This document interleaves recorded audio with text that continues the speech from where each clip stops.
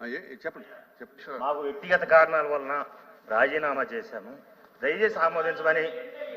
నా వ్యక్తిగత కారణాలు నా కుటుంబ సమస్యలు అవ్వచ్చు, నా ఆర్థిక పరిస్థితులు అవ్వచ్చు, నా కుటుంబ సమస్యలు అవ్వచ్చు, నా మీద పని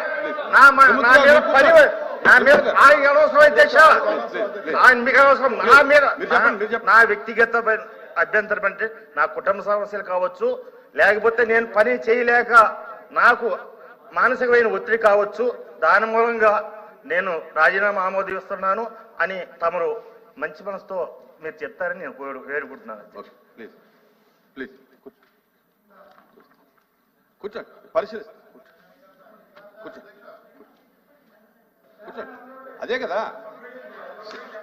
సేమ్ అంతే కదా, సేమ్ ముగ్గురు అది ఒకటే కదా. చెప్పండి చెప్పండి. అధ్యక్ష, మేము రాజీనామా చేసి చెప్పండి ప్లీజ్. తిరుమూర్తి గారు మీకెందుకండి, ఎందుకన్నా వాళ్ళు మెంబర్ మాట్లాడుతున్నారు. రాజీనామా చేసే కదా పోయావు. ప్లీజ్ ప్లీజ్ మాట్లాడు. అధ్యక్ష, మాట్లాడు. ఇంచుమించు ఆగస్టు 30వ తేదీ అధ్యక్ష, గత సంవత్సరంలో మేము రాజీనామా చేయడం జరిగింది. మీకు అనేక సార్లు మేము రిక్వెస్ట్ చేయడం జరిగింది అధ్యక్ష. నా వ్యక్తిగత కారణాల వల్ల రాజీనామా చేయడం వల్ల మీరు దయచేసి మీరు నా రాజీనామాని ఆమోదించాల్సిందిగా కోరుతున్నాను. అమ్మా నువ్వు.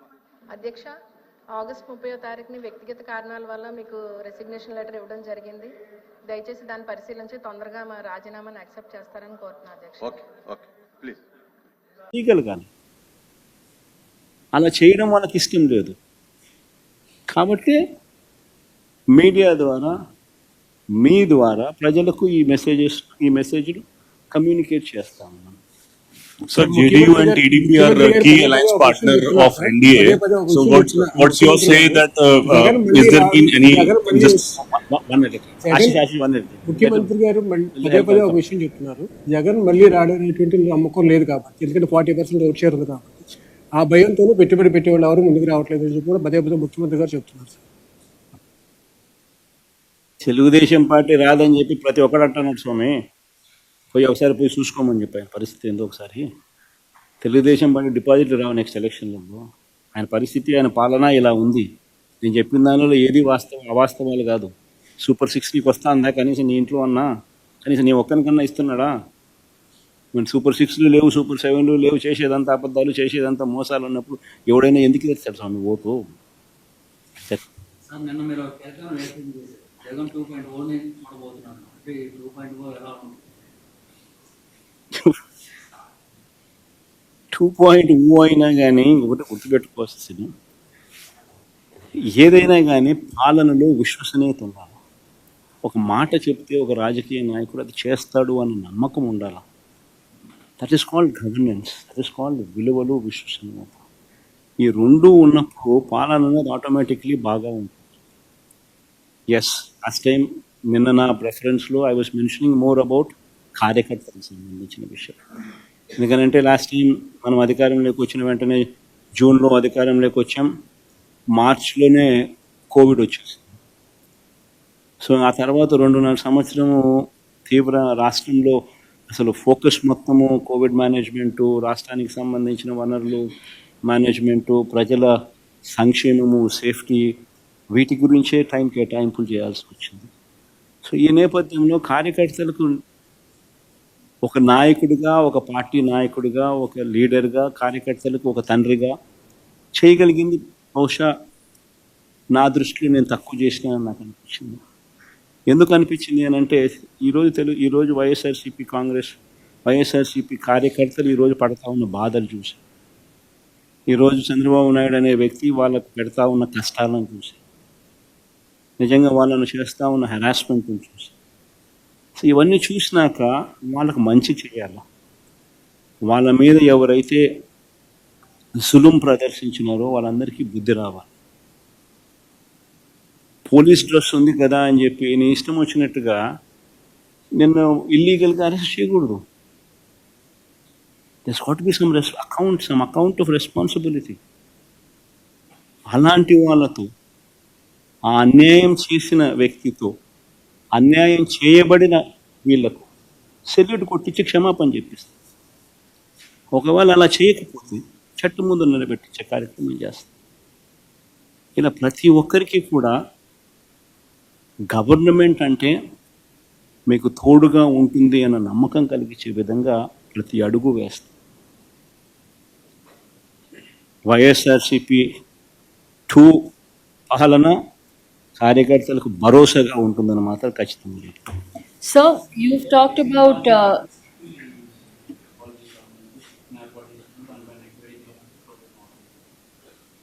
అసలు ఆశ్చర్యకరమైన విషయం ఇది. నేను నిన్న ఈనాడు పేపర్లో రాస్తే ఐటమ్స్ చూసిన నాకు నిజంగా ఆశ్చర్యం అనిపించింది. ఒక మనిషిని ఏ రకంగా ఇరికిచ్చాలని తాపత్రయపడతా ఉన్నాను. అసలు మిథున్ పెద్దిరెడ్డి మిథున పెద్దారెడ్డి కొడుకు మిథున అది రాసింది కదా, ఈనాడు వాడు రాసింది. పెద్దారెడ్డి కొడుకు మిథున, పెద్దారెడ్డి కొడుకు మిథున అని చెప్పి రాసింది. సరే, మిథున్కి ఏం సంబంధం?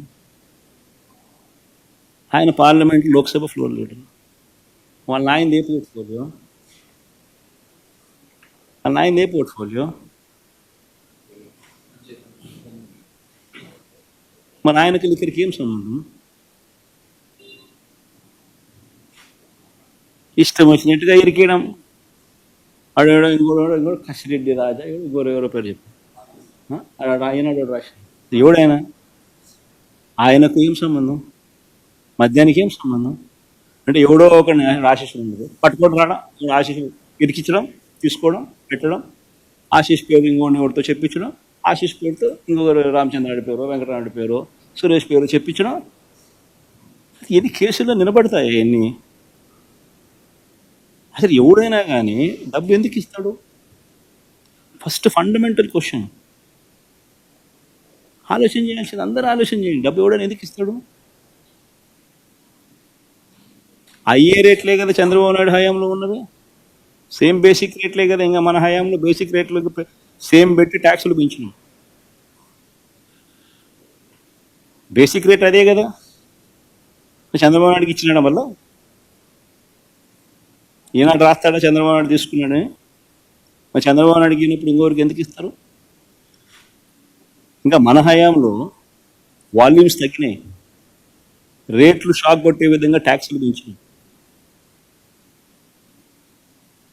సో ట్యాక్సులు పెంచి బేసిక్ రేట్ అట్టే ఉంచి వాల్యూమ్స్ తగ్గేట్టుగా చేసిన వాళ్ళకి ఇస్తారా?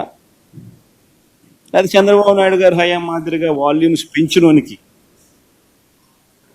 చంద్రబాబు నాయుడు హయాంలో రేట్లు కూడా పెంచినోనికి రేట్లు పెంచినోనికి బేసిక్ రేట్లు కూడా పెంచినాడు. చంద్రబాబు నాయుడుకి ఇస్తారు, వాళ్ళకి ఇస్తారా? This basic fundamental question. 2,73,000 కోట్లు బటన్ నొక్కి లంచాలు లేకుండా, వివక్ష లేకుండా డిస్పర్స్ చేసిన ప్రభుత్వం వైఎస్ఆర్సీపీ. అంత గొప్పగా మా ప్రభుత్వం గురించి చెప్తాం. చంద్రబాబు నాయుడు ఎందుకు చేయలేకపోతా ఉన్నాడు? ఎందుకు బటన్ నొక్కలేకపోతా ఉన్నాడు? ఎందుకంటే బటన్ నొక్కితే ఏం రాదు కాబట్టి. అందుకే నేను బటన్ నొక్కలేకపోతున్నాను. డబ్బు మీద వ్యామోహం లేదు కాబట్టి, పేరు మీద కాంక్ష ఉంది కాబట్టి, చరిత్రలో నిలబడిపోవాలన్న తపన ఉంది కాబట్టి, ప్రతి ఇంట్లో నా ఫోటో ఉండాలన్న ఆరాటం ఉంది కాబట్టి 2,73,000 కోట్ల రూపాయలు బటన్ నొక్కిన డీబీటీ. లంచం లేని పాలన ఎక్కడైనా జరిగింది అంటే వైఎస్ఆర్సీపీ ప్రభుత్వ హయాంలో అని చెప్పి గర్వంగా గొప్పగా కూడా చెప్పగలం.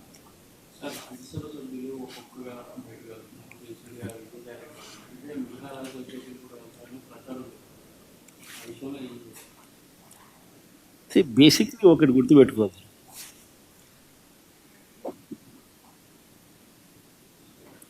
పదకొండు మంది మాకు రాజ్యసభ సభ్యులు ఉన్నారు. పోయిన వాళ్ళు ఎంత? 3 పోయినారు. సాయిరెడ్డితో కలుపుకుంటూ 4 పోయినారు.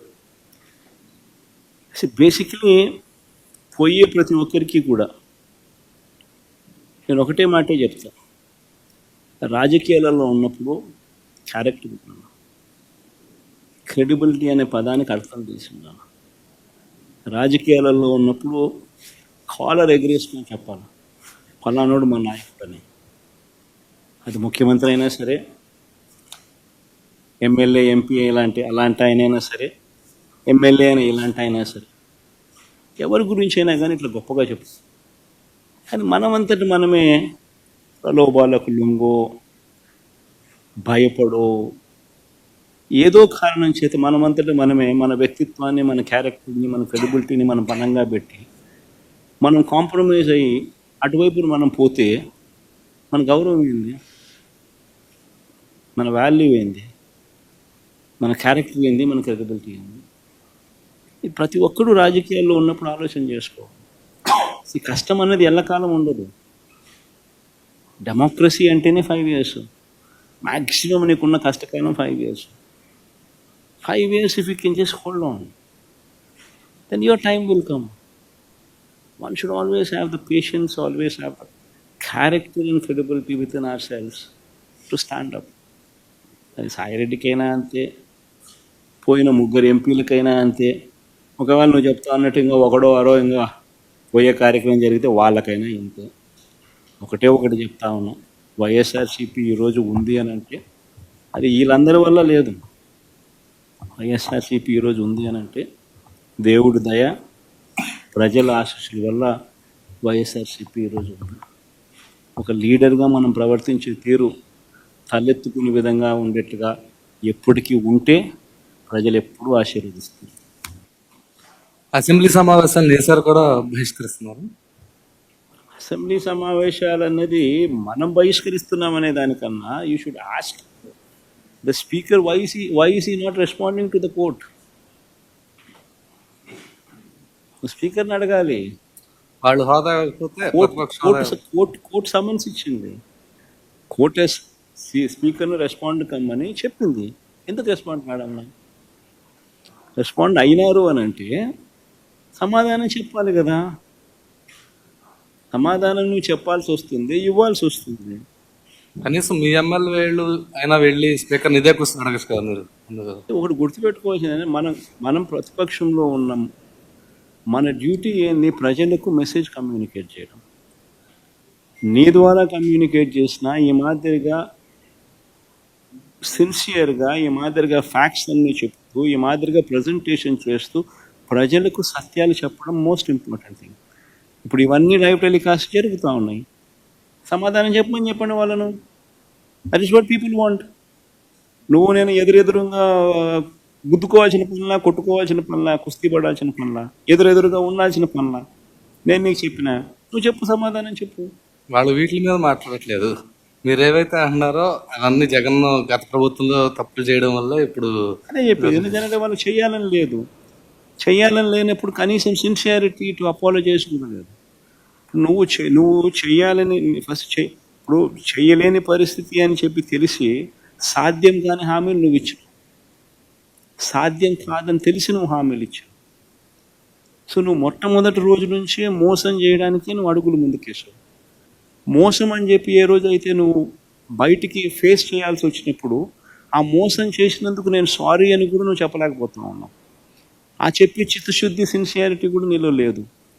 దాంట్లో కూడా నువ్వు ఇతరుల మీద ఏలెత్తి చూపించి ఎందుకు నేను చేయలేకపోతున్నాను అని చెప్పి జస్టిఫై చేసే కార్యక్రమం చేస్తా ఉన్నావు. సో దాని అర్థం ఏంది?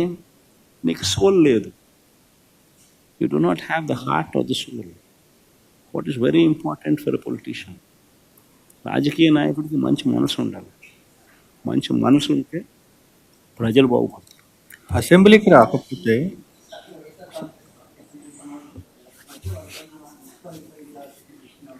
వాళ్ళు ఏమన్నా చేసుకుని రమేష్ నేను రెడీగానే ఉన్నా, బుద్ధి చేసుకోండి, ఏమవుతామని ఏం జరుగుతుంది.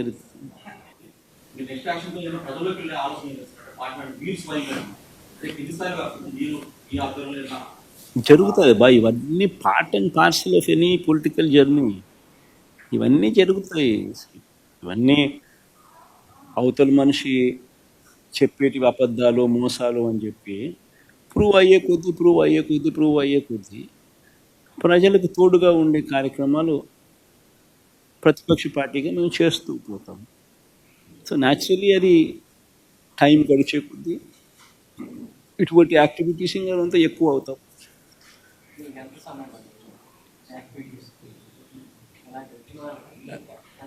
అదే జిల్లాల పర్యటన అన్నారు కదా, జరుగుతుంది. బాగా చాలా టైం ఉంది దానికి. 9 నెలలే కదా అయ్యింది.